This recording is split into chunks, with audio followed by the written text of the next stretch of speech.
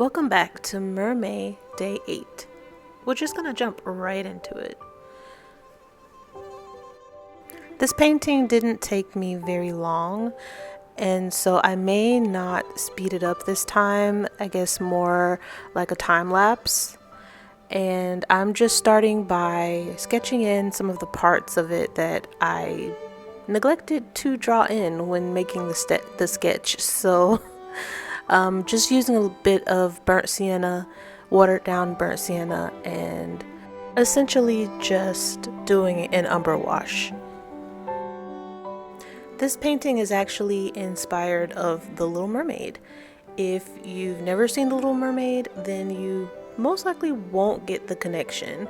But if you have, then there's something in this image that is very much associated with the Disney movie.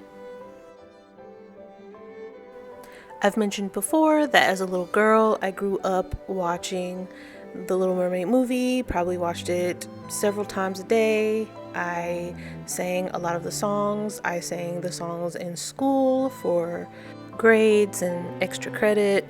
So you can call me a bit of a Mermaid fan. I haven't watched it in a long time, but I did watch the recent live action movie of The Little Mermaid, and I like that one too. I know it's controversial. People don't like it for various reasons, but as someone that grew up on The Little Mermaid, literally a baby watching this movie, little baby me would have eaten it up for sure. And so I'm cool with it. And so this is just one inspired painting, and I do plan on having a couple more inspired paintings based on the movie. I feel like it just makes sense. Mermaid, painting mermaids, and tying it to something that is connected to me in my childhood.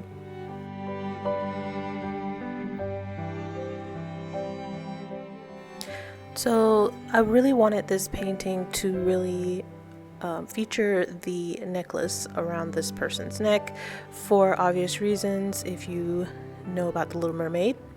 But you'll notice that I have included once again hands into my painting, and I don't know why I keep adding hands. It's like I like to torture myself. But in all actuality, I really love hands in my art. It's probably one of my favorite type features to put in my paintings.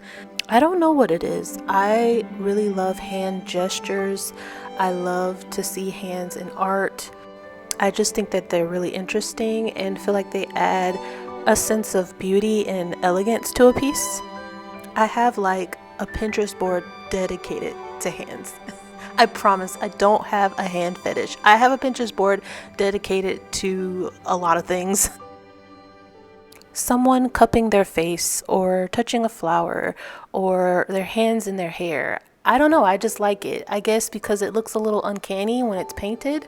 I even like cartoon hands, so anime hands especially. I love how anime artists render their hands or their drawings. So I think it's just something I like. I think every artist will be different or have a different opinion on that. So here you're seeing me kind of doing more of this sketching in process just with paint, as I didn't include some things in the original sketch or when I gridded the image. She does have collarbones, but in my reference photo, it was kind of hard to see it. It's very subtle light changes in the image, and so I just had to put in where the collarbones are and render them myself, but they're really subtle. And again, I wanted to put more focus on the locket or the shell necklace in the center, so I kind of skipped drawing it, but I'm putting it in here, so it looks kind of all over the place and messy, but that's what I'm doing.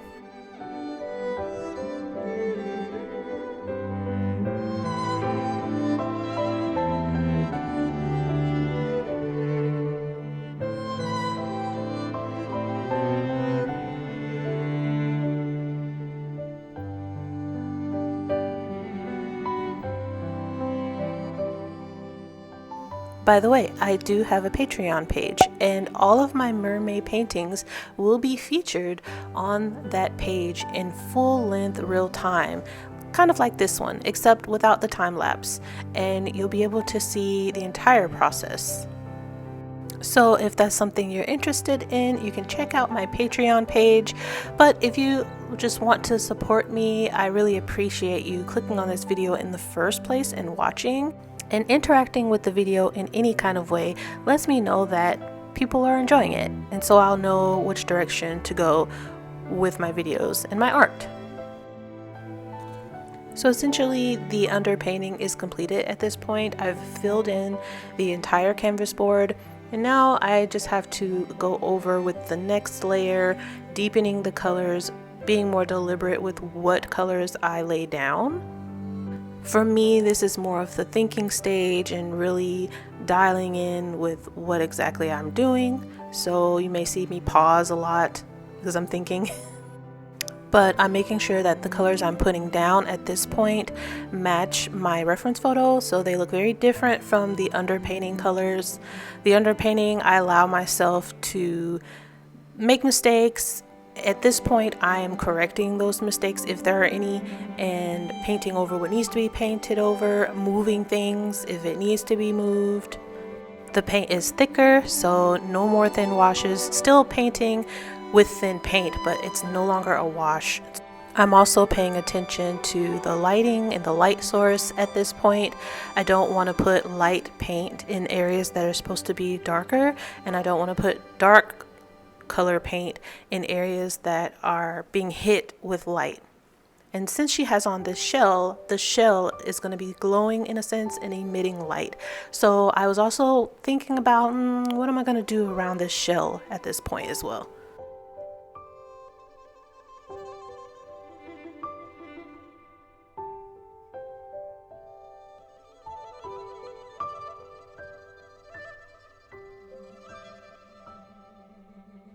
So I actually had a couple references for this painting.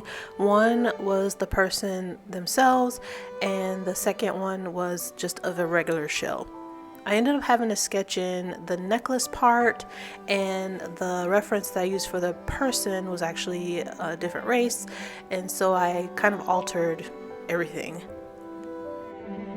The shell in the reference is not glowing at all, so I ended up looking up more references of shells that were glowing, and I settled on one that kind of looked like what I was trying to pull off, but ultimately I just needed to search up light and what it would look like coming from a metal or heavy object, and what it looks like when it's glowing right next to the skin. So there was a lot of research that had to go into figuring out how to make this shell look realistic and glow.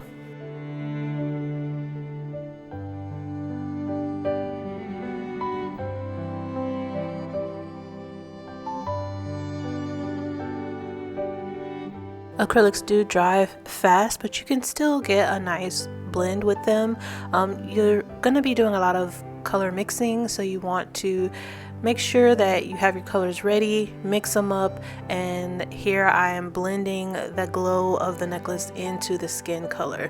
The skin color is not always going to be perfect when you are mixing it back up from scratch, but you can use different materials to help lengthen or to keep the paints wet for longer, like different mediums that you can mix into the paint to help the paint stick around for longer. I started doing that a lot with my portraits and skin, just so that I could blend better. But you definitely don't have to use any mediums, but for this I probably did, as I know that the skin had dried and I still needed to blend this light into it. The hands didn't have any reflection of light on them because the original person did not have a necklace on. So I had to kind of guess where the light might be hitting the fingertips. It's probably not perfect, probably not 100% correct, but I think the light reflecting on the fingers really gave it a nice touch.